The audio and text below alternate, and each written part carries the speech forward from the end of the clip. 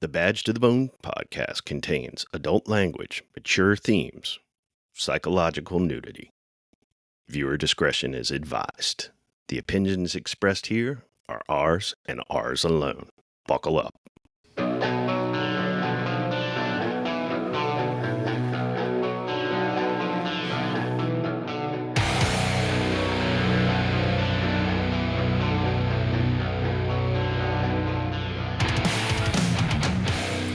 Welcome back to Badge of the Bone podcast. I'm Denny. I'm Al. And we have yet another episode ready for you.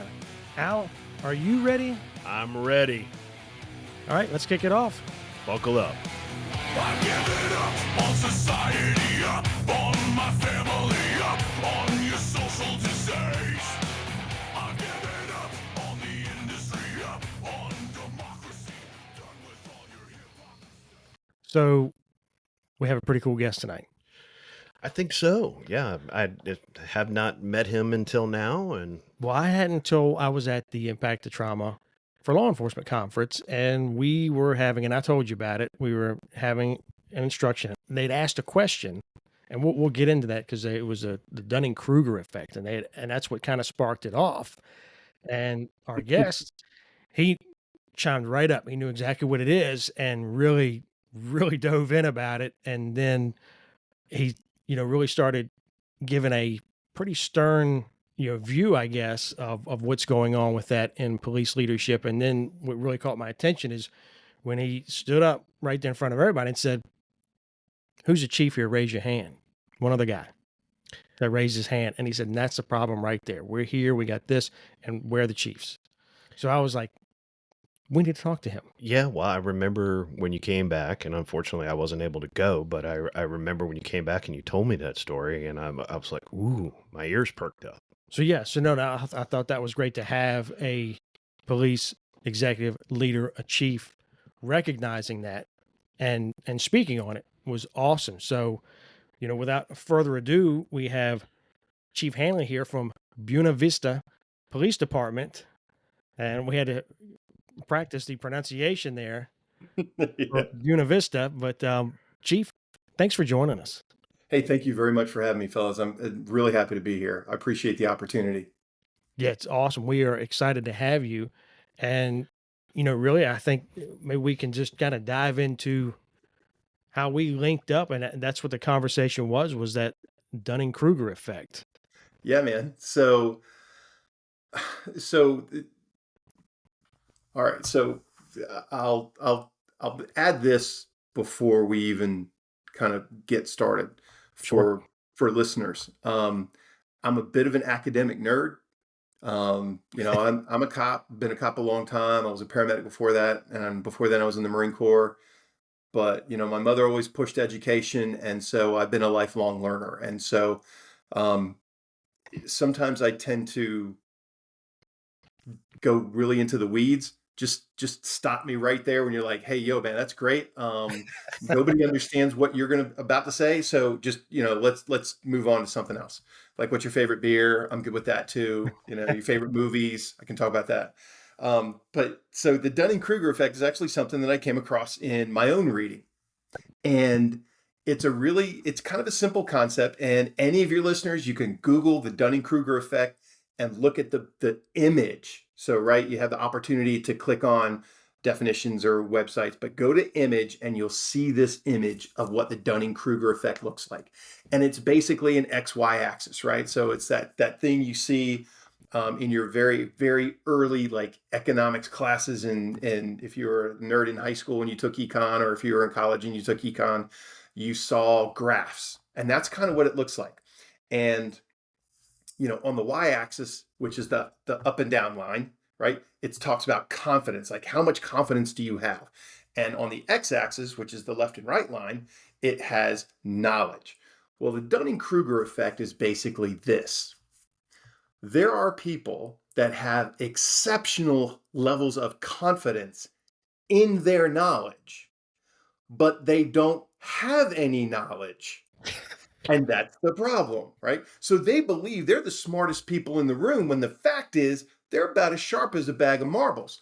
And so when you're looking at this kind of person, it's there are times where you just want to look and say, oh, bless your heart. Sure. That you're so sweet, and come on over here. We're gonna have a seat, and Here's a we'll crayon. talk about it. And then and then there are those who, as their level of knowledge begins to increase, they make one of the more important realizations in leadership, I think, which is you realize just how much you don't know. You realize that there's so much more out there that you thought you were good at, but it's like, oh man, I need to start doing more reading. I need to take a class. I need to talk to other people who have been there. And then you start to see that slope start to go back up gradually, where confidence does start to increase as knowledge base increases.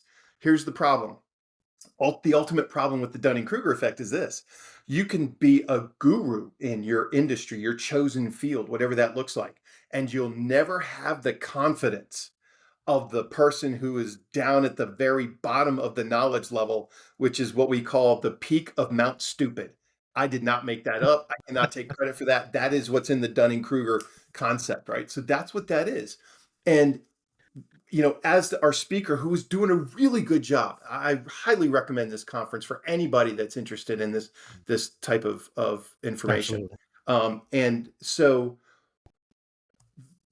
at that point, it really, I felt bad. I did not mean to hijack the conversation, which is what I felt like I was doing. But I also felt at that moment, it was important enough that everyone in that room needed to hear it, so that they know that there are people out there in leadership that actually do give a shit. There are people that really do care. And sometimes they hit that ceiling, that artificially constructed ceiling in their organization, where they're that lieutenant who's outspoken, or they're that captain that's outspoken, and that's it. Their career dies in that agency right there, because you have egocentric command staff who just feel like they're the ones that are supposed to know best. They've never learned that, your job isn't to not be served. It is to serve. You're there. Your job is there to serve the officers.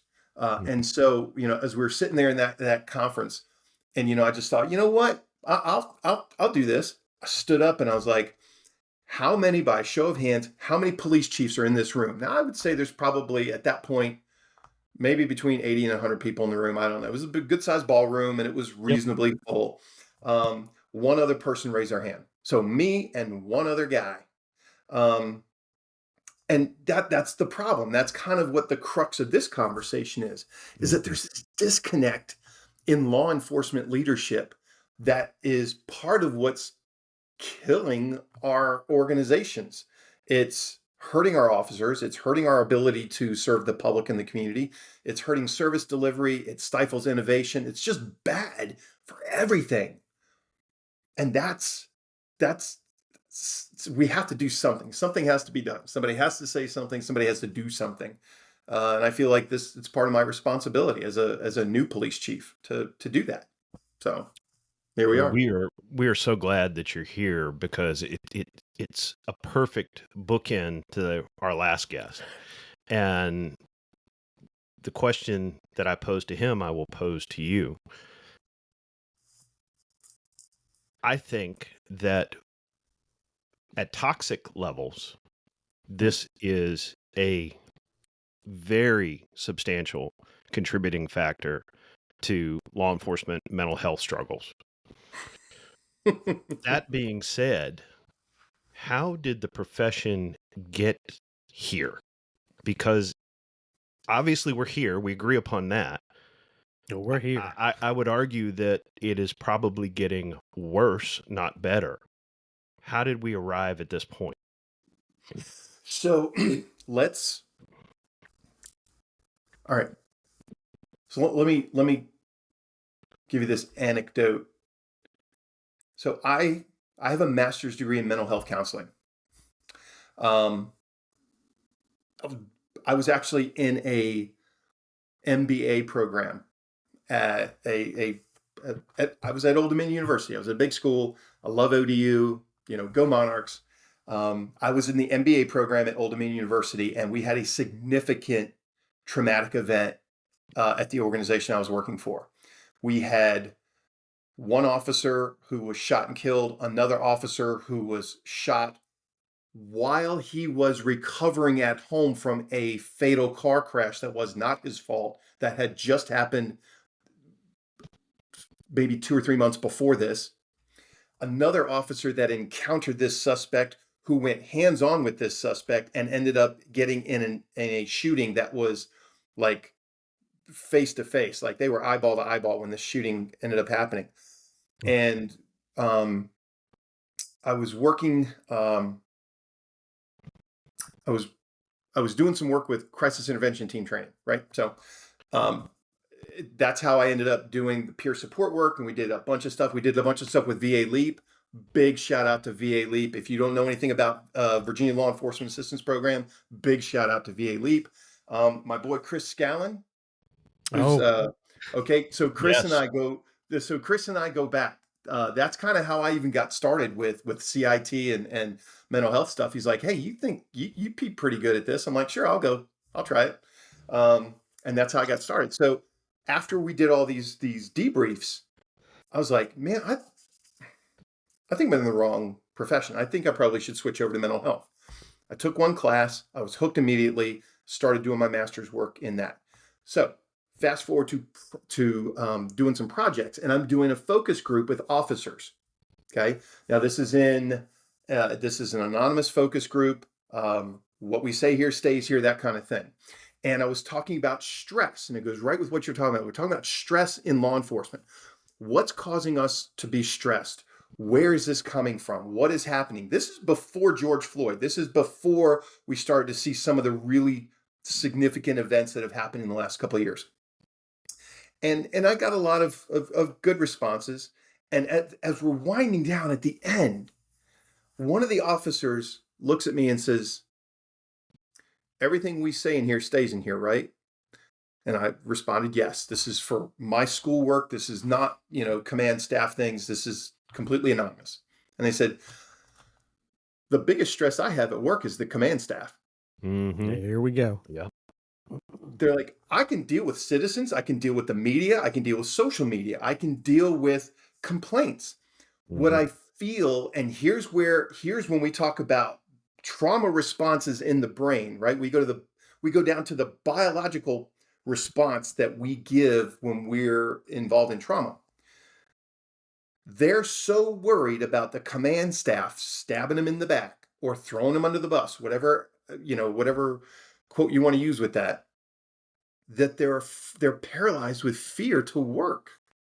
Well, this can't happen because we're required to make decisions very quickly in very tense, uncertain, and rapidly changing conditions, right? That's right from the Supreme Court. Okay, so where did this come from? How do we get here? All right, so let's look at who's in charge. Who are the people running these organizations right now? And when I say who, I don't mean specifically by name. We could talk about some great chiefs that are out there, some great commissioners that have just get it, but they're not there anymore. They're gone.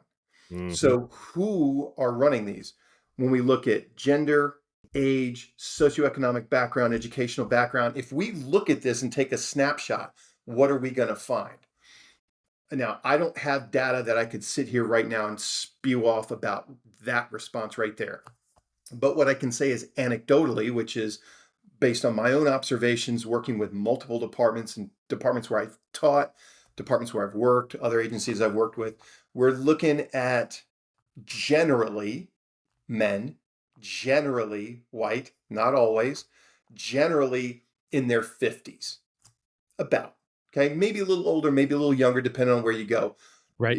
When you look at that bell curve, that diagram that we all looked at before, it's like we're grading on a curve, the bell curve. That's that big section right in the middle. That's where you're going to find the most, right? That's where you're going to find most of them. Outliers on each end, older, younger, different genders, different races, different socioeconomic backgrounds, things like that. So if we're talking about problems as a whole in the industry, who's responsible for making the decisions? Well, the chief is responsible for making those decisions. And if the chiefs are coming from a generation where I get mine first. Because if you're 53 like me, I was born 1970. I'm a product of the 80s though. That's where I learned things. That's where I learned how to work with my environment. I learned how to interact with other people. I learned social skills, all these things. Well, what was the 80s? What's the 80s defined as? The definition of it, it's the decade of excess, right? And everybody was getting theirs first. And that whole, peace, love, and happiness where we take care of each other in the 60s, those chiefs are gone. Now, let's intersect that also with what are the social expectations of police departments? How does that impact decision making? If you're worried about, because chiefs are at will employees, right? I'm an at will employee. I could go in tomorrow and the chief says, and the city manager says, thanks, Yep. you're out. Yeah. And I have no recourse. You know that going into this. So there's also a fear of failure, which is a big one in cop land, right? Oh, You'd yeah. rather be, you know what? It's like, I would rather not do something than take the chance to fail at it and my colleagues see me not succeed. Even in the simplest things, like a foot pursuit. You lose a foot pursuit, what do you have to do? Walk of shame all the way back to your car. And then you have to listen to that shit for days about how some guy who's overweight and out of shape outran you, even though you may have been up for 28 hours before because you had work the night before, then you went to part-time, then you went to court, then you went back to work, you didn't get any rest, and now you're out there in the middle of the night again, expecting to make life and death decisions, and you're exhausted. And we you're as a worried. profession are relentless about it. Of course we are, because everything you have to win, win, win, win, win. And where does that come from? That comes from our training, right? I'm not saying there's anything wrong with that. I was a commanding officer of a training division, and that's what we taught. We taught that win-win mindset no matter what, because that's what we needed to make sure these young people had to save their own lives if that's what they had to do. And that was more important than changing some of that at the time. So, if we look at all of the variables that go into how did we get here, we have to start with who's responsible for making decisions, and those are the chiefs. And that's the bottom line, man.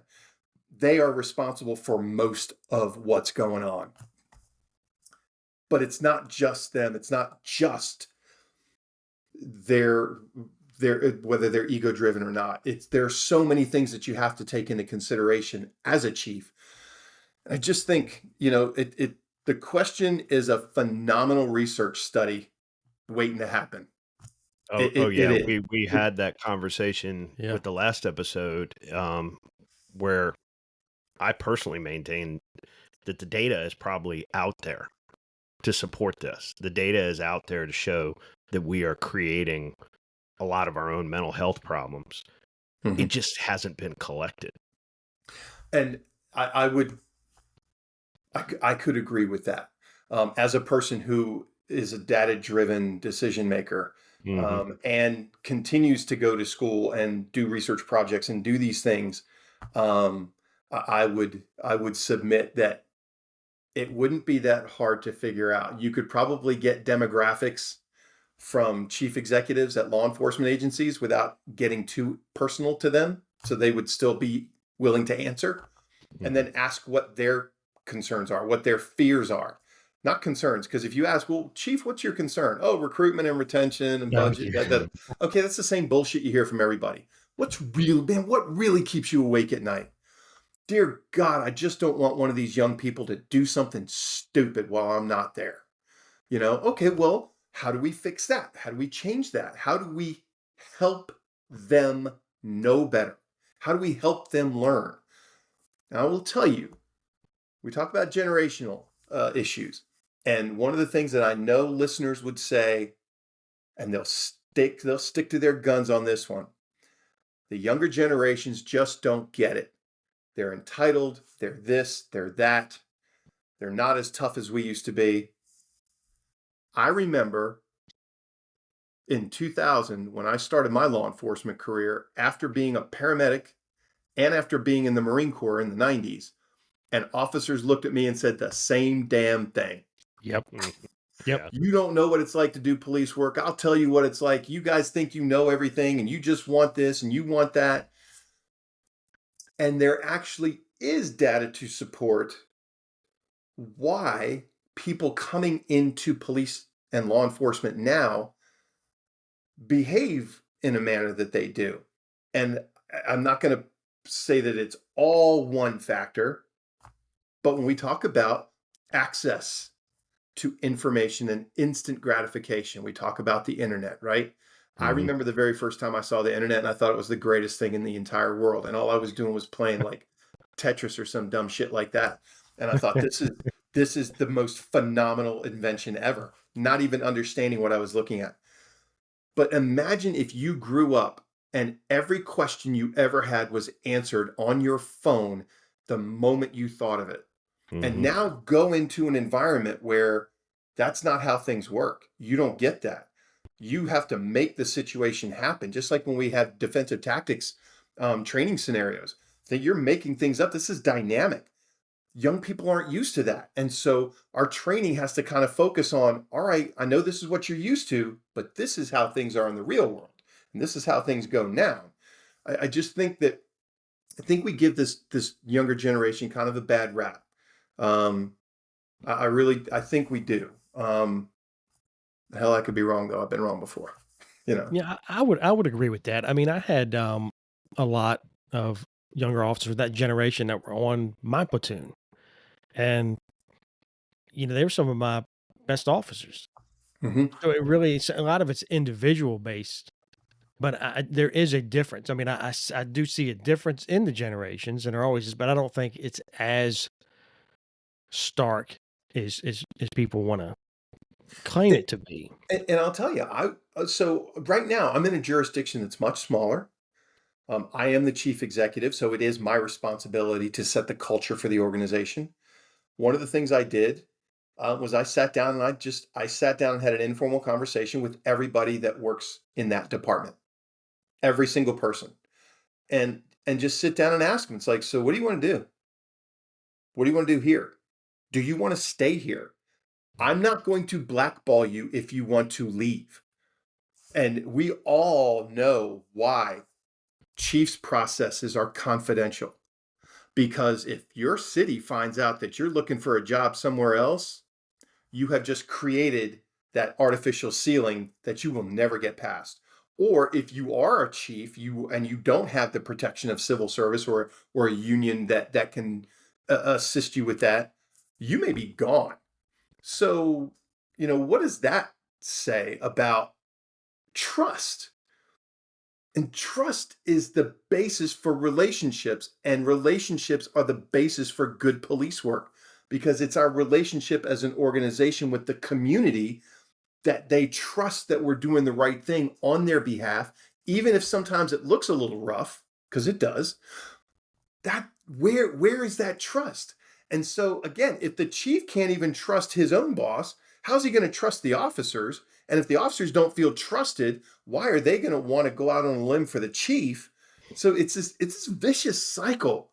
And I don't have all the answers to it, but I'll tell you what, man, the officers that I work for, I've got some young people there, early to mid 20s. They are the hardest working, hard chargers that I've seen in a long time. They want to do a good job. They just don't know how. And so we train them, we teach them, we mentor them. When they make a mistake, we don't beat them down. Mm. I think when you go back to Chiefs culture, if let's say, and let's just say for shits and grins, that the bulk of the chiefs that are running departments right now are that demographic that I described earlier. When they were growing up, what happened when they made a mistake? I know what happened when I made a mistake. If you got a dad in the house, which I had a stepdad, man, you just did not want that mistake to come to light because you knew what was going to happen. And so that that way of thinking, that behavior, that model of behavior, and I'll even talk more about that because I actually have a sign on my wall that is it's about 5 or 6 feet wide and it's about 3 or 4 feet high, and it's a cutout and it's stuck to the wall, and it says, "Are you modeling the behavior you expect from our officers?" And that's meant for everyone that walks in there, because even if you're a junior officer, are you modeling the behavior that your colleagues expect? If you're a sergeant, are you modeling the behavior that your troops expect, that you expect from them? But I had these conversations with them, and then I would ask them, it's like, well, what are your expectations of me? And they all just stopped talking because they didn't know. Nobody asked them that. And it's so important for the chiefs to find out what people expect, because if you think you're going to change the culture and you have this great idea and you're going to move this organization in a direction that is beneficial for the community, that's effective as a police department, you may create something that nobody wants. It may be great, but nobody wants it, so it's worthless. It's the same when you're creating a strategic plan for your organization. You can't create a strategic plan if you don't ask the community what they expect from your department. You have to go out and listen to them. And that might be difficult for some people because they're going to say some things that you're not going to like, but you may need to hear it anyway. So, Man, no, go ahead. No. No, I was going to say that's a really good point with learning the expectations of your folks. And I don't think anybody has, mentioned that so far here. I think that is pretty big because it is true. You could certainly create something that nobody's excited about, but yeah, I think Chiefs do it every day, and they do it. And that's where I think that's part of an ego thing, where it almost kind of goes back to that Dunning-Kruger effect. Is the chief of the organization believes that they are smarter than everybody there. They know better.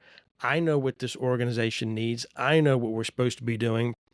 I know what's best for everybody here. I know what's best for the community. And they think they have all the answers, and they don't. Well, they just don't. It involves really 3 things. It involves self-awareness, emotional intelligence, and humility. You got it, brother. You're right. Yeah. And if you're lacking one or more of those things, you're going to have a very, very hard time implementing what you just said. We work in public service. It's in the name, service. Mm-hmm. And as the chief executive, your job is not to be at the top of a pyramid.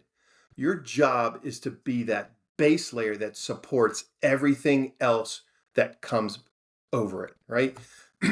And so that is why a chief's job, this is a burden. It is not, and it is a privilege to serve. But you do not have the right to get more. You do not have the right to have the corner office. You do not have a right to have a take-home car. Are those privileges? Sure they are. Are those perks? Yes, they are. And they're consistent with the job. But that's not what the job is about. The job is about leaving something better than you found it, or creating something that is bigger than yourself, and being a part of that group. So that when you look back 10 years later, you're like, man, I was part of the team that created that. You don't say, I built that, because you can't. A chief can't do these things. They just can't do it. They can't do it all themselves. That's being humble too. And that's where it goes. So when you talk about humility and emotional intelligence, those are prerequisites to be a chief. Not even a great chief, just a chief. Now, you can occupy a position and call yourself chief, but you're never going to be a chief. And you'll know when your officers are buying into your culture change very easily. Listen to them. They will start using words and phrases and language that the chief uses. They will start behaving, and they will start creating they'll start behaving in a manner that the chief behaves. When they have adopted that person, whoever they are, whatever they look like, whatever their policies or politics, when they've internalized that person is no longer the chief. That person is their chief.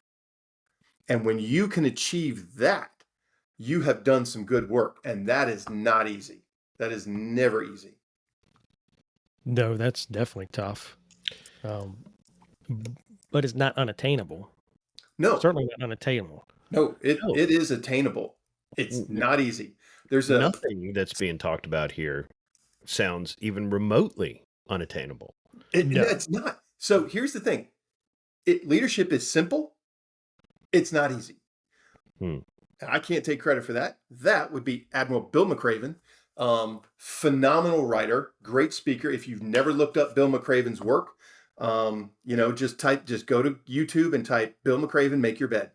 And you'll see his commencement speech from Texas A&M.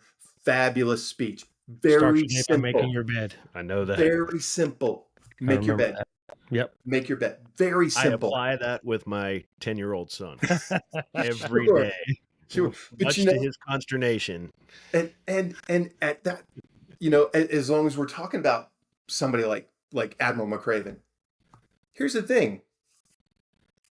If you go back 50 years, 60 years to when they were talking about when it was corporate leadership, when it wasn't even called leadership, it was called management, right? It was just management. You manage people, you manage assets, you manage a company, which I think now we are more deliberate in our language, where we lead people, but we manage assets. I manage a budget, but I lead my officers.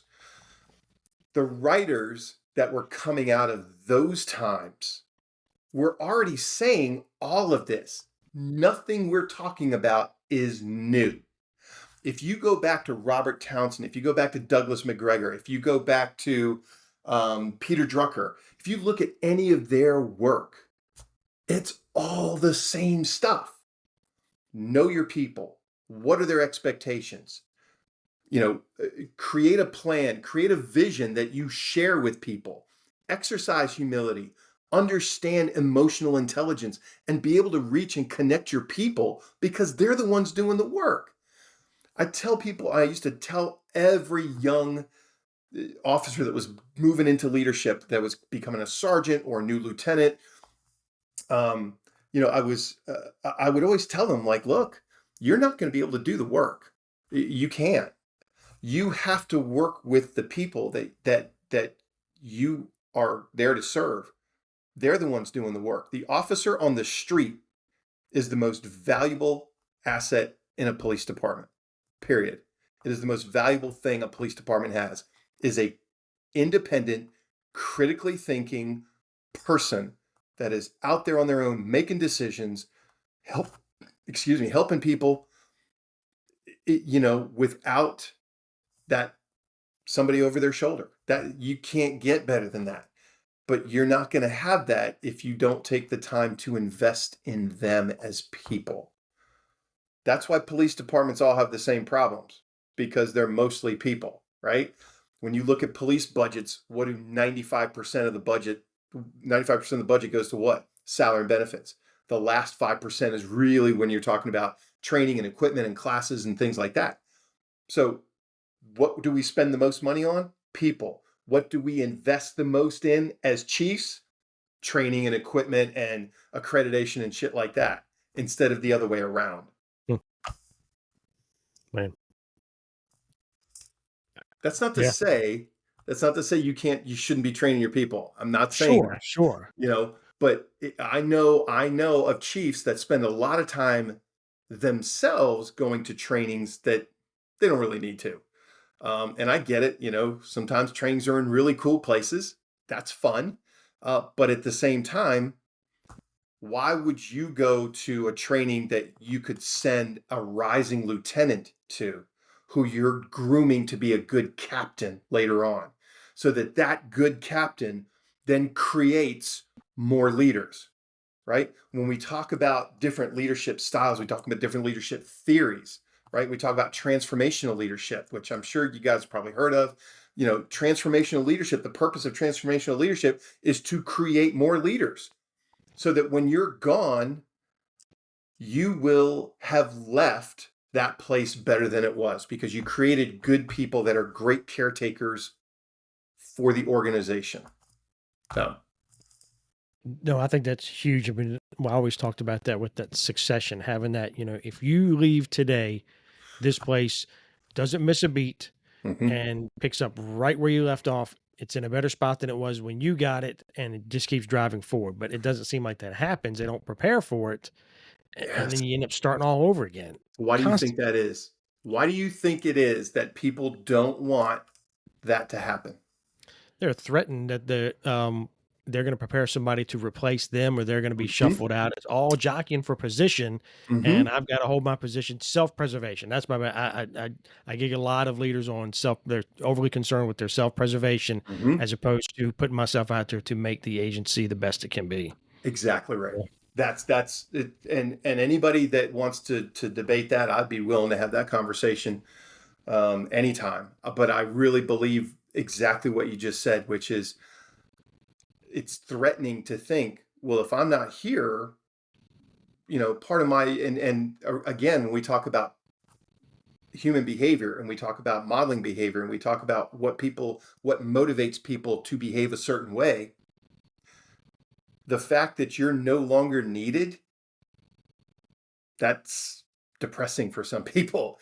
Sure. And on top of that, when we talk about identity, right? So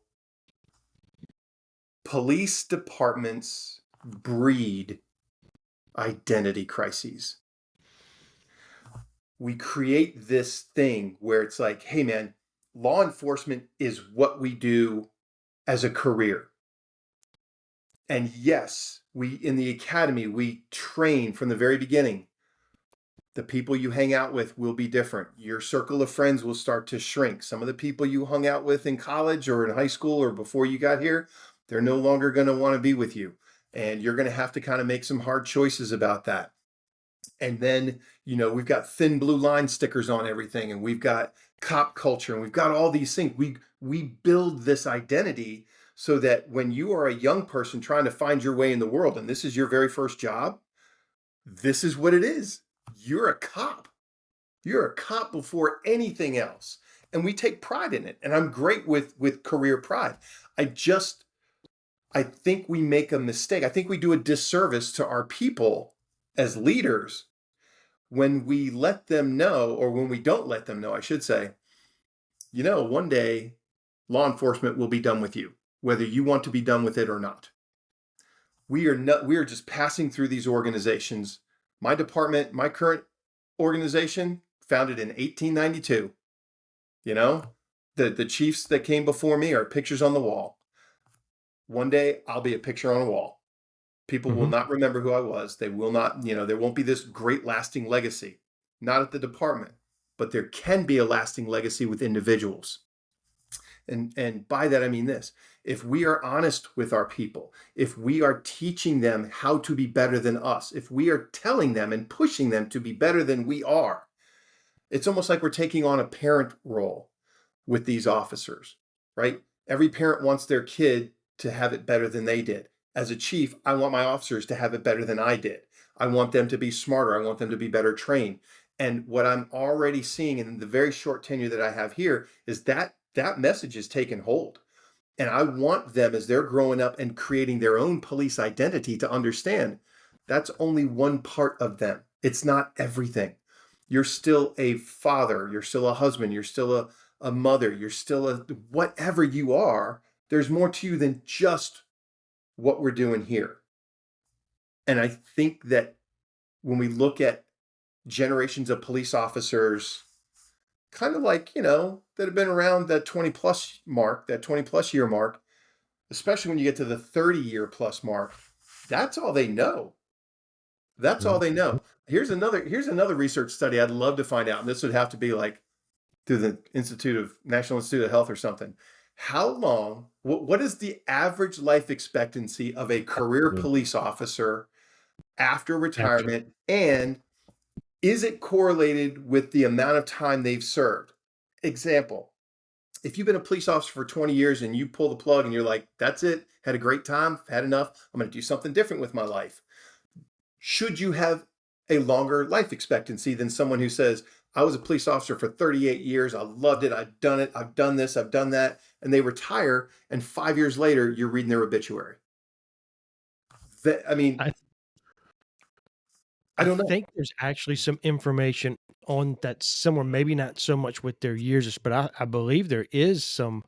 There We'll have is to dig. data on that. It wasn't correlated exactly Sure. the way the chief was talking about it. Right. But the takeaway is it's pretty short compared to the rest of the population. It is, but I think one of the things they cited was that you encompass yourself so much in that law enforcement identity, and you're running at that high level for so long, and then you get out, and that's why they say it's so important on retirement that you have other things you do, because what happens is these folks retire, and they go from making decisions, doing things, high stress, high sense of purpose, high sense of meaningful to the organization and all those things. And then they leave.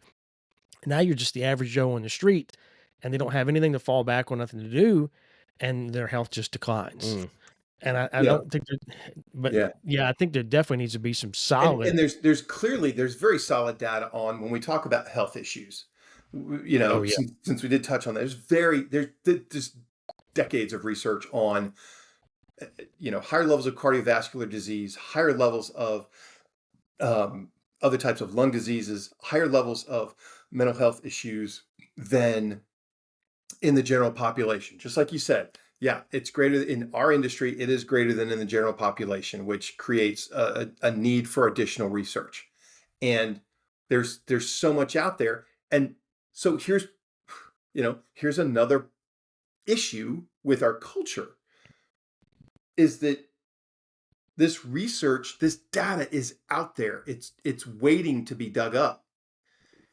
How many police officers are going to anonymously respond to a survey put out by their department that says, this is for information purposes only, we don't want your ID, we don't want to know who you are? How many police officers realistically are going to respond to that as a percentage of the whole department?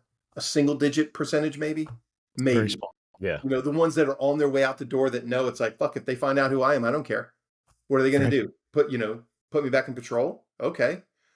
I think patrol just gets the worst rap ever, because that's the most fun I've ever had.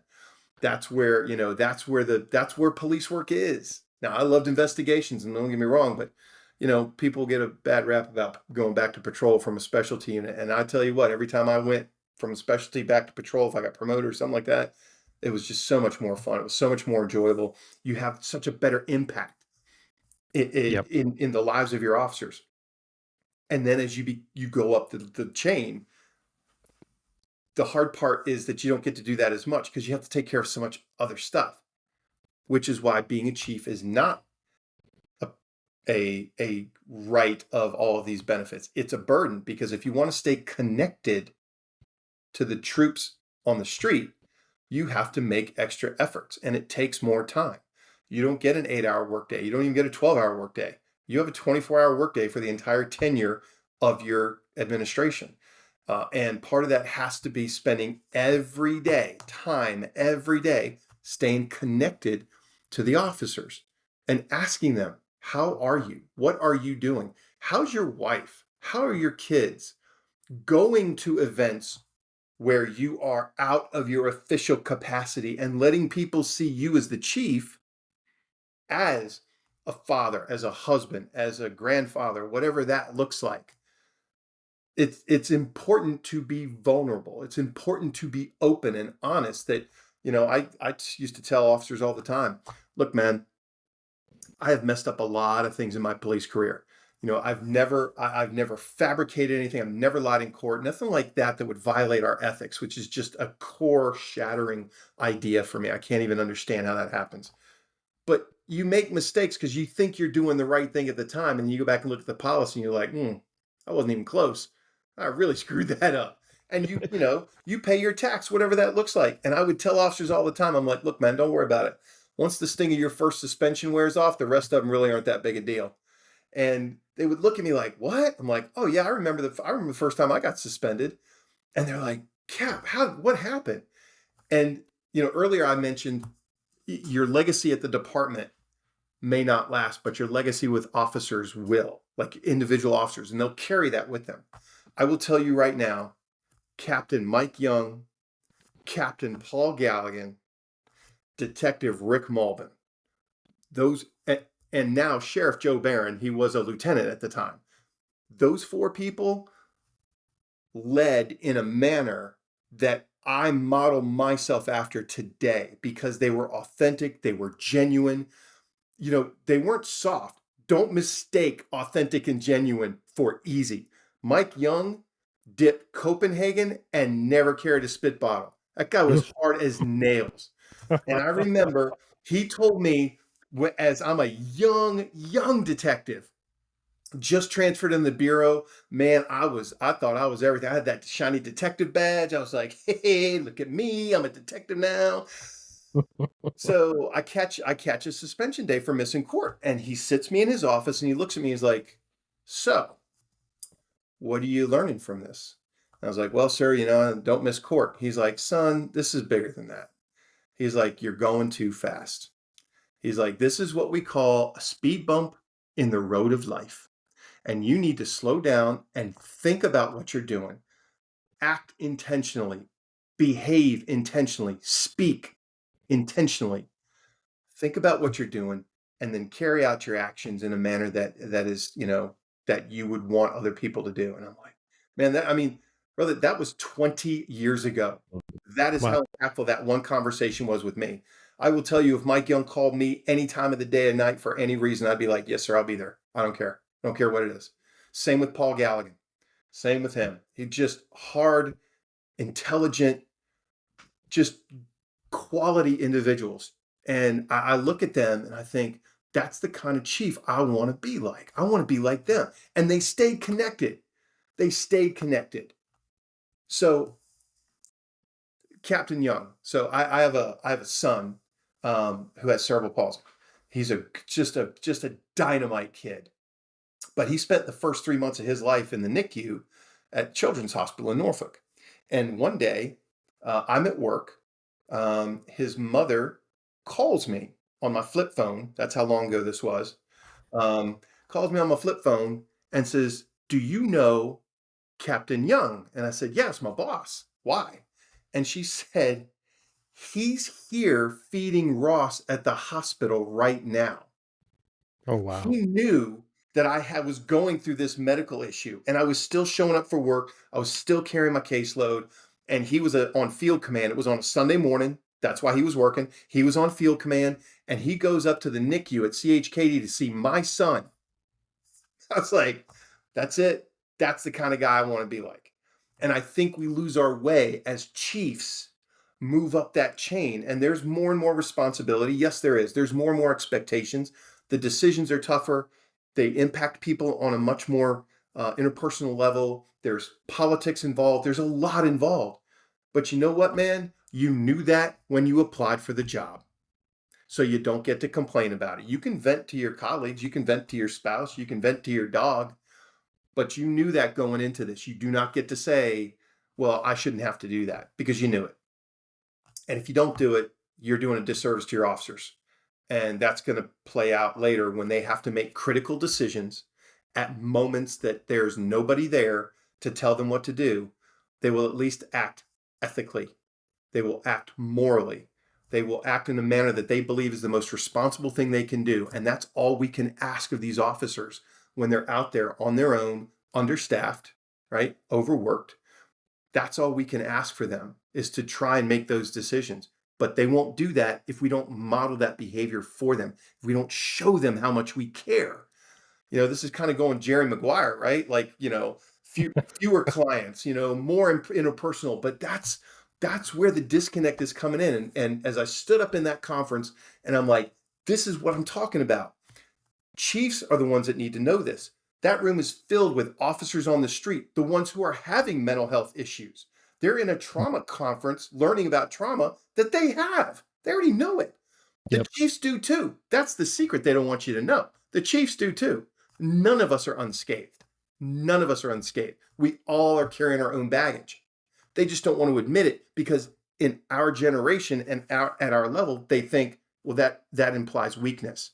No, that implies vulnerability. Okay? That's not the same. And we have got to change this mindset at the Chiefs level, because officers are not going to stay in law enforcement long enough to become chiefs and change it if we don't do something now to keep them involved and interested in serving the public. Rant Yeah. over. Sorry. Yeah, true. I mean, I think you are preaching the gospel, and Yeah. and I there's not a single thing that you've said that I disagree with. It's great to hear it from somebody at that position right now. And That gives me an idea that there are chiefs that are getting it.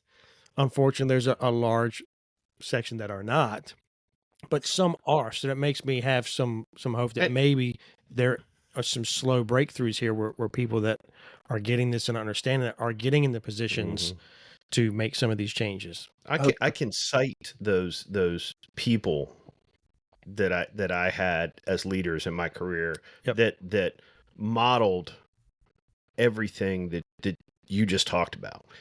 But the thing that I hear from my friends, from my colleagues, that I experienced from myself, unfortunately, was that there seems to be a larger percentage of leaders that go the other direction, and it's disheartening.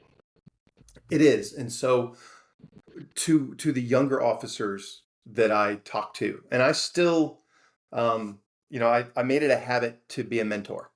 When I was asked, so I was at my promotional interview for captain, and I was asked, what do you think the problems with the organization are? What do you think the challenges, not problems with the organization, what do you think the challenges in law enforcement are? And of course, they were looking for very standardized answers. And one of them is recruitment and retention. That is not a joke. I mean, that it is a problem. It's a worldwide problem. And the follow-up was, and what are you doing about that concern? And when they added that part in, I was like, here we go, brother. I'll tell you what I'm doing. I mentor anyone that wants. Some I seek out because you see sparks of ambition. You see decisions that are made or actions that are taken. You're like, damn, that kid's sharp right there. You know what? Let's bring them into the office and let's find out what their expectations are. What do they want to do? Not every young officer wants to stay with the same department. Most of them don't. Most of them think they're going to go someplace else. They may stay 5 years, get vested, move on. Young officers that we see at the local level, maybe even the state level, what are they eyeballing? They're eyeballing those spots in the DEA, the ATF, and the FBI, right? They think they're going to go into a federal agency somewhere. Okay. Great. Where I find that conversations I hear with other chiefs where I find that's a problem is that they get pissed about that. And it's like, why? Look, man, this is what we're working with now. You can get angry at it or you can learn how to work with it. All right, so what can I do for you for the 5 years you're going to be here to be the best officer I can have while you're here? Maybe some extra training, maybe some additional courses, whatever that looks like, opportunities to do different assignments. I got news for you. You keep a person interested, they'll stick around. They stick around for 5 years. They may stick around for 7. They stick around for 7 years. Now they may be at the 10-year mark. At that point, you're like, hey, when are you taking that promotional test? When are you going to move to that specialized assignment? Come on, brother. Let's do it. And that's what I wanted to, and I wanted to mentor people.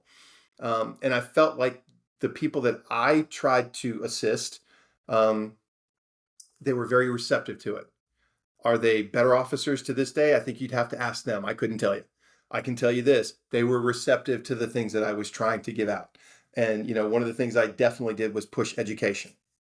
You don't have to go to college. College ain't for everybody, but damn, you can go to the library for free and you can read, or you can watch leadership videos on YouTube. You can get books. I used to give books out, give them out. I would have copies of, and of course, I'm a big fan of Simon Sinek.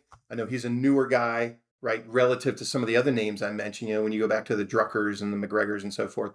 But what he says makes a lot of sense. And there's a lot of human behavior and what motivates human behavior in the things that he says. And so that's kind of, my identity is this is what we're doing here. We're building relationships with people. People are who, that's who does police work. Until we get to the point where we're just dealing with robots doing police work, then we have to understand people. And that's, Al, that's where emotional intelligence comes in. That's, you have to have that. You have to have that humility. You are not always right. I tell people all the time, and this is how I started conversations. Now, I know I'm not the smartest person in this room. I might appear like I'm smart because I've read a lot of stuff and I can remember things, but that doesn't make me the smartest person in the room for this topic. And what we need right now from this topic is somebody who's younger, who understands a younger person's perspective. Well, if everybody in the room's in their 50s, that ain't gonna work. So you got to go out and you got to get the young officers. You got to get young people involved in the decision-making process. Because what else does that do? If they're involved in the decision-making process, they are more likely to buy into the decision, even if it's counter to what they wanted, but they were heard and they felt validated. And they're like, you know what? I am important here. This is what I'm looking for. I'm looking to be important. I'm looking to create my own identity and still be heard and valued. So bring them into the conversation. Not everybody's going to come up with an award-winning idea, but you'll hear a lot of good things. And every time I've done this, one of the things that's always been this benefit is I wasn't even asking you about this topic over here, but you just mentioned something that has now piqued my interest, and I would like to know more about it. And so what I've started doing is saying, I want to know more about this, and I want you to tell us. Not today. I want you to learn as much as you can. Do you know how to use PowerPoint, kid? And of course, they're off the charts with all the stuff that we never had before. They're like, yeah. I'm like, here's what I want you to do. I want you to come back in here this time next week, and I want you to give us 30 minutes on this topic and tell us, if you were the chief of police, how would you do it? No holds barred. Money's not an issue. Politics aren't an issue. Doesn't matter. Just tell us how you would do it. And I've had great success with that. I learned that in the Marine Corps, guys. If you ever want to know the fastest way to do something, ask a private. Because if you got to build a sandbag bunker or you've got to assault a hill, they'll be like, I don't think that's a good idea. I think we should do this. And more often than not, they're correct. Because they're the ones doing it. Sure. They're the ones doing it. So if we're talking about leadership, right? We're talking about leadership learning and leadership examples. There's a former naval captain out there named L. David Marquet, wrote a book called Turn the Ship Around. The basis of this book is about intent-based leadership. It is not asking the commander what to do. It is telling the commander what you intend to do and then doing it, right? And so there's some more to it than that. There has to be a competency establishment, things like that, blah, blah, blah. But the idea here is that it pushes decision-making down to the level where action is actually happening. A chief making a decision about something that should happen on the street is a mistake unless that chief is on the street. You can make a policy that kind of guides an organization, but you can't say officers should do this. Because the last time I was in a police car doing patrol work in the middle of the night in my last jurisdiction, it's been a long time, man. I don't even know if I'd know how to log into whatever they're using anymore, quite honestly. I was still using the little tiny green MDT screens. That was what I was using. Right now they've got the laptops with the maps and the this and the that, and it's like, damn, I don't even know how to log in, dude, but I got a radio, I got a gun, I got a badge, I got a notepad, and a flashlight. I can do police work with those things right there. Just let me at them. But that's where the back to this disconnect, the idea of a disconnect, the disconnect between chief executives who should be looking at things from a 30,000 foot view, but they're micromanaging down to the individual officer. And that is just a huge mistake. I've seen assistant chiefs who said, no, this person's going to go from here to here. That is not your business. That's why you have captains. That's why you have lieutenants. If you can't trust them to make good decisions, why did you promote them? You did that. Oh my gosh. Oh, here we go right there. Yep. I have personally witnessed a situation that I was left questioning why there was any chain of command whatsoever, because the chief made every decision, right down to the color of the cars and who was going to get what car. And I mean, it went to that, it got that granular. And, not only does it just suck the oxygen out of the room and tell the whole organization, including the people that you ostensibly have promoted, that they don't matter. It also literally drives the organizational pace to a halt. You can't get anything done, much less get it done in a timely manner. Because everybody knows that the chief's going to if the chief doesn't like what you said, he's just going to change it anyway. She's just going to change it anyway. Bottlenecks everything. Because that's what you created. Or you go to, somebody in the chain of command, and that person absolutely refuses to make any decision whatsoever without the input of the chief. So it's got to go all the way up and come all the way back down. And sometimes it didn't even come back down. Yeah. And it's paralyzed. How frustrating is that when you're the motivated person trying to get something done, and you can't, because someone who hasn't done your job in 15 or 20 years is away at a conference, or they're doing something else, or they're at a city council, and not that those chief things aren't important, but that doesn't work. It doesn't work. Trust. We talked about trust already. We can come back to this. Trust is the basis for these relationships. A chief is a relationship builder. They have to have vision. They have to be visionaries. They have to be able to see beyond the horizon and try and position their organization so that a year from now, 3 years from now, 5 years from now, they're in a good position, a better position than they are at that moment. That is part of their responsibility. There's no doubt. But how can I figure out what's going to happen 5 years from now if I'm worried about what color the police cars are today? I don't care what color the police cars are. I don't care. Are they safe? Do they run? Do they represent the organization and the city in a manner that is professional?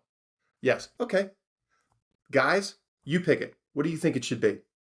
We think we should go back to the old black and whites. All right. Is it in the budget? Yes. Poof. Make it happen. Who's in charge of the project?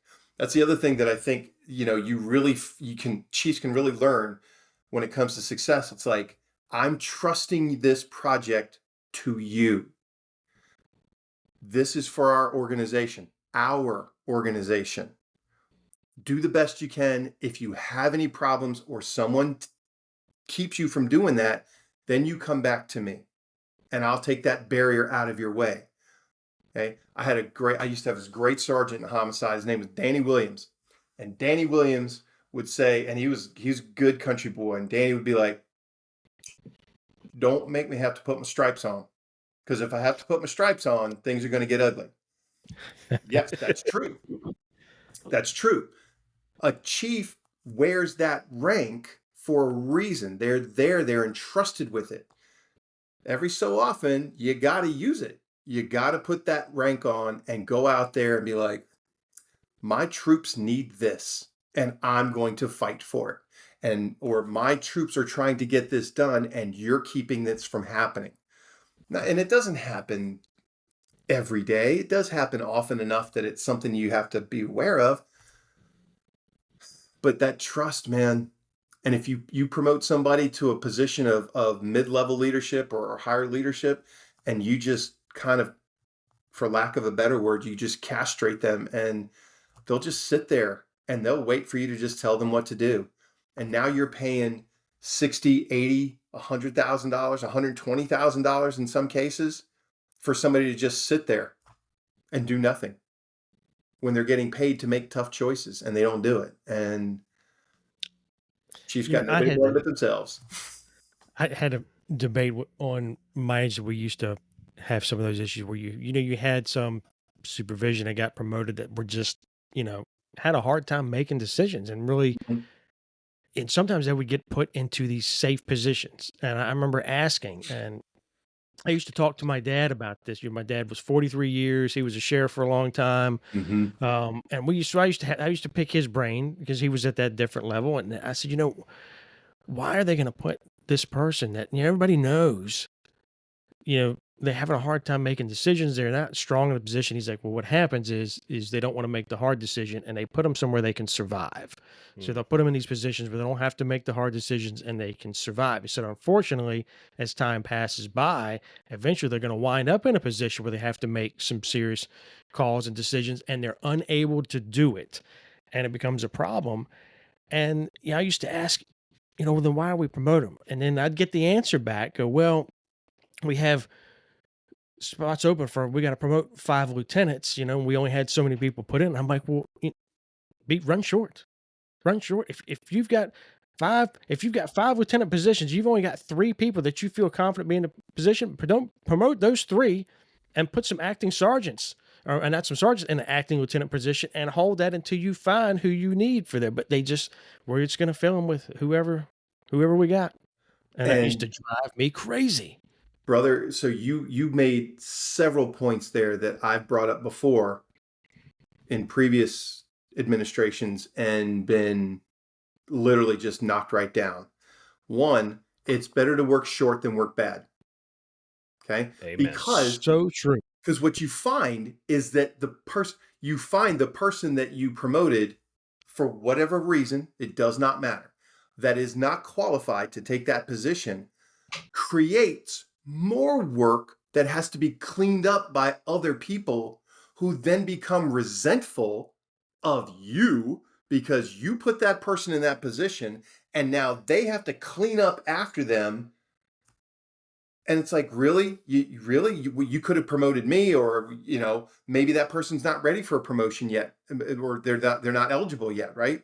They're clearly ready if you've got them doing the work, but they're not eligible. Then you made the point, put some acting sergeants in there. What better opportunity to test a person under pressure than to put them in there, and they have a safety net, right? They're acting. Their sergeants are acting in lieutenant's position, right? So even if your civil service rules say, well, after 90 days, I got to pay him. Well, damn, you were getting ready to promote somebody that you were gonna pay anyway. So you're not out. Yep. So financially, you have not lost anything. In fact, you might have even mitigated liability because this person might be making stupid decisions over here that cost the organization money for any number of reasons, when you could have put a sharp acting person in that position and tested them and battle tested them and been like, yep, that person's ready. Or they're not ready yet. They need some more seasoning. This was a good opportunity for them, but let's leave them in the sergeant's position for another year or two. And then at the next iteration, we encourage them to take that test, and we encourage them to do a good job on the promotional process and take that next step. Look, people. It makes too much sense. I agree with you. It makes a lot of sense. I agree with you on the part about, it's better to run short than run bad. But if you do have that situation that we were just discussing where the micromanagement is so severe that the chain of command from the lowest to the highest cannot make that decision, you mix these two things and it goes from bad to damn near soul crushing. Yeah, you know Had what, to brother? Yeah, shit dumpster fire. yeah, yeah. You know what? The strongest steel is forged in the fire of a dumpster. So, so I tell you, man, there. The sad thing, what saddens me, not about my current organization, because I honestly do. I really do love where I am. And everybody that asks are like, what, are you glad you're there? You're damn right I am. I feel lucky. I feel lucky that I've been bestowed with this privilege to work with this group of people and to teach and to lead and to be a part of a city or wide organization. My city manager, I love my city manager. And when you're a police chief, I got news for you. That's important. Oh It's yeah. really Oh important. yeah. We Um, would add that it's probably rare. yeah, I love my city manager, and it's and the thing is this: he's got this vision, right? He's got this vision for how the whole city gets to move forward. I'm like, hell yeah, I want to be a part of that team. Nobody wants to be look. Nobody wants to be a part of a team that sucks. Unless it's a team that has potential, they just need practice. They need training. Every team goes, every dynasty goes through its growing stages. That's where I am, where they're just a diamond in the rough, man, just waiting to come out. And this department that I'm working with is like that.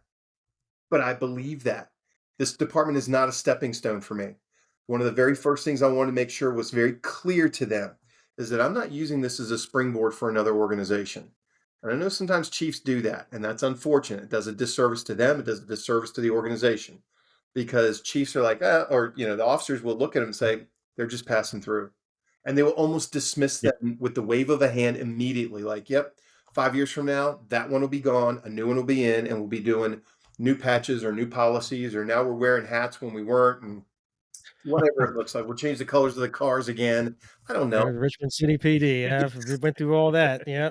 But but but it's important. It's important, even if you know what, and even if a chief is doing that, even if a chief is like, look, be honest. Look, man, this is my first gig as a chief. I'm still young. I plan on going somewhere else at some point. While I'm here, I'm invested in what's going on. So tell me what it is I can do for you. What do you want out of your chief? And that question has to be asked to every single person because you are their chief. You're not the chief. You are their chief. And that's a lot different. That's a lot more, it's much more personal. And let's face it, we make decisions that can change people's lives forever. You got to get through the bullshit quick, and trust has to be built. And it's the chief's responsibility to do that. It is. It is not the officer's responsibility to find a trust in the chief. It's the chief's responsibility to create an environment where the officers feel like their job is not in jeopardy every time they make a decision, where they feel like they're trusted, where they are valued, and where their interests are important to the organization. That's not to say, because I know there'll be people listening and say, well, what are you going to do? Give everybody raises? Nope, can't. I don't have the money for that. But you know what I can do? I can find other ways that are important to them. I can find ways to compensate them that I have control over that may not be financial, but are equally as important. But I don't know that if I don't ask them. Ask them. That's why it's so vitally important to get those expectations in both directions. Man, Chief, I know folks that are listening to podcasts can't see us, but if they were, me and Al, we look like bobbleheads. We're just constantly nodding. It's just everything going. We're just like, yep, just nodding. And it's absolutely right on point. And again, these are all simple concepts. There's nothing I'm saying here that takes a rocket science degree. It doesn't take a PhD. It doesn't take anything like that. It just takes, not thinking about yourself all the time. Thinking about what's best for the people that you're working with to help make their lives easier, because we are public servants. But it is difficult. It is a burden. I mean, it does require more time. It requires more thought. It requires you to be vulnerable, and that's scary. That's scary for people who aren't cops.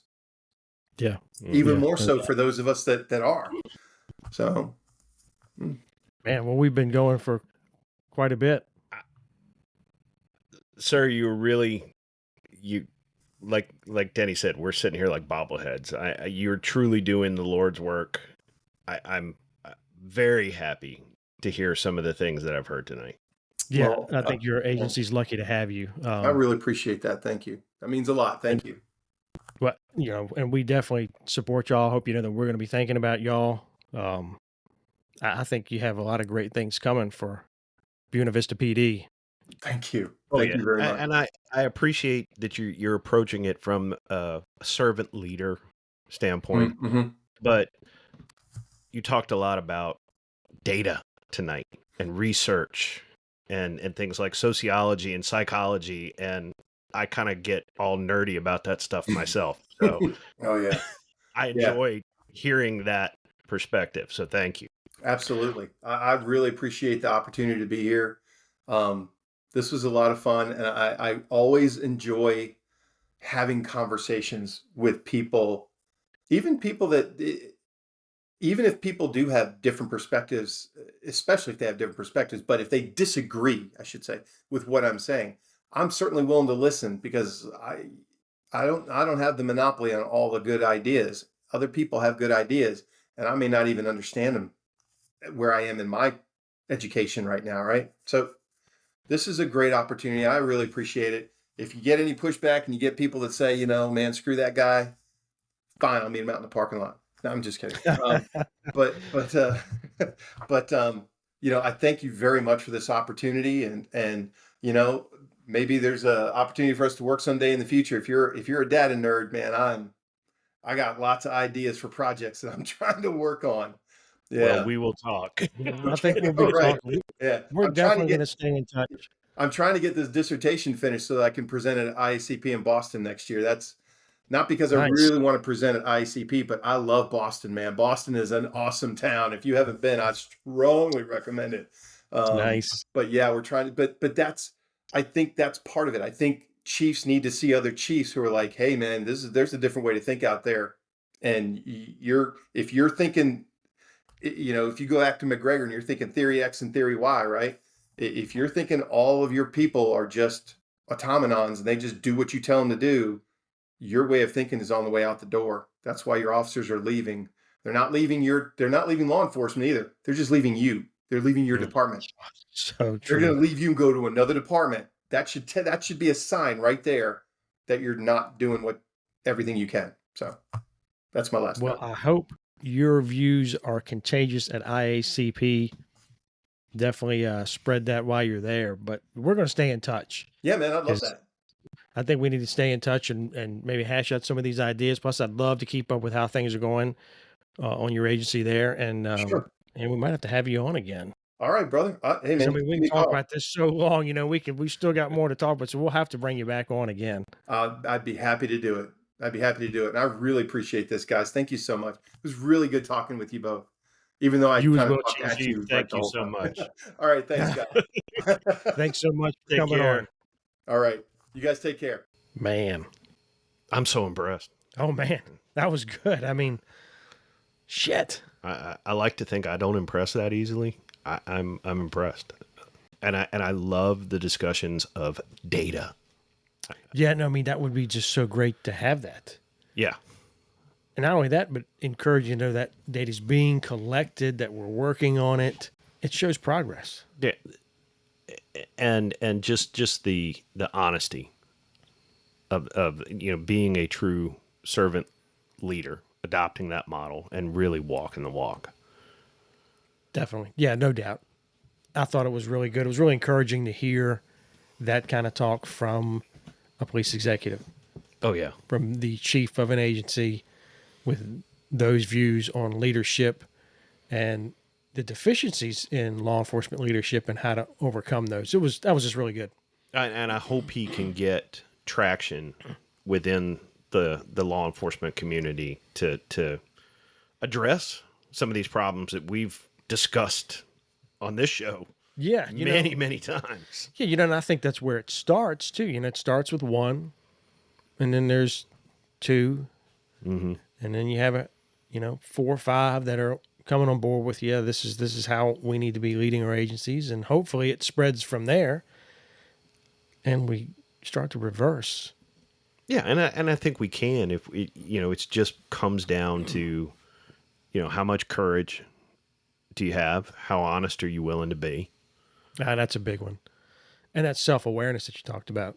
Yeah, you got to have that. You have to, and you have to realize that leadership is not about you. It's about your people and your organization. No doubt. And I say it in that order because it is the people that make your organization. That's right. Your organization does not exist without them. Yeah, absolutely. 100% correct. But man, I think this is a great episode. Yeah, and hopefully we get him back on, talk some more about some of his other projects. Oh, yeah, how things are going. Yeah, we'll be in touch. But hey, we also wanted to give some information out, right? Yes, we do. What do we want to? Well, running a podcast, it ain't cheap. No, there's a cost to be incurred. It ain't cheap, and we've obviously we've been talking about this. The idea did get rejected last night. I suggested that Denny have an OnlyFans account, the Dad Bods and Short Rods. Long rods, man. Come on, do me some justice. Dad Bods and Short Rods. And Short Rods. You dirty dog. Well, but you weren't, understandably comfortable with that. So we actually have Badged to the Bone merch, which, we've had from the start, but we've never plugged it here because, this is not a business. Right. We're not here to make money. We would like to cover our costs. But it does help us keep this thing going. So what kind of things do we have? Well, we actually have some brand new T-shirts that are outstanding. Yeah, they're great. Badge to the Bone T-shirts. We got them in a variety of sizes. It's got the small logo on front, large logo on the back. Yeah, very nicely done. Very cool. Done by a local company, Heaven and Back Designs. And they did just a fantastic job doing those. But we also got tumblers. We do. 20-ounce tumblers. Yeah, which are really nice. We got koozies. We do have koozies. Yeah. So we stickers. got stickers. Yeah. I mean, you got to have a sticker. Throw a sticker on put it on your car. Yeah. Yeah. Drive around with our sticker on there. Somebody asks you, what is that? Well, that's this awesome podcast that these two jackwagons do. Yep. But we will be getting that up on our Facebook page. So if anybody is interested, we really, really would appreciate you buying something. Help us keep this thing running. Yeah, and you can just shoot, for the time being, you can shoot an email to wearebadgetothebone@gmail.com and just tell us what you'd like, and we can send you an invoice and get it out to you. Yeah. So basically, buy a T-shirt or Denny's going to do OnlyFans. You know what?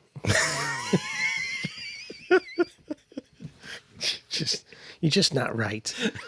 You're just not right. That's why I'm here. I think that is probably correct. But Al, that wraps us up. I think it does. Man, a really good one. I like it. I love it. But where can they find us in the meantime? Well, they can find us at badgetothebone.com. They can also find us on Facebook at Badge to the Bone. Also, make sure to like and follow us and shoot us an email at wearebadgetothebone@gmail.com. But until then, be safe and be well. It ain't no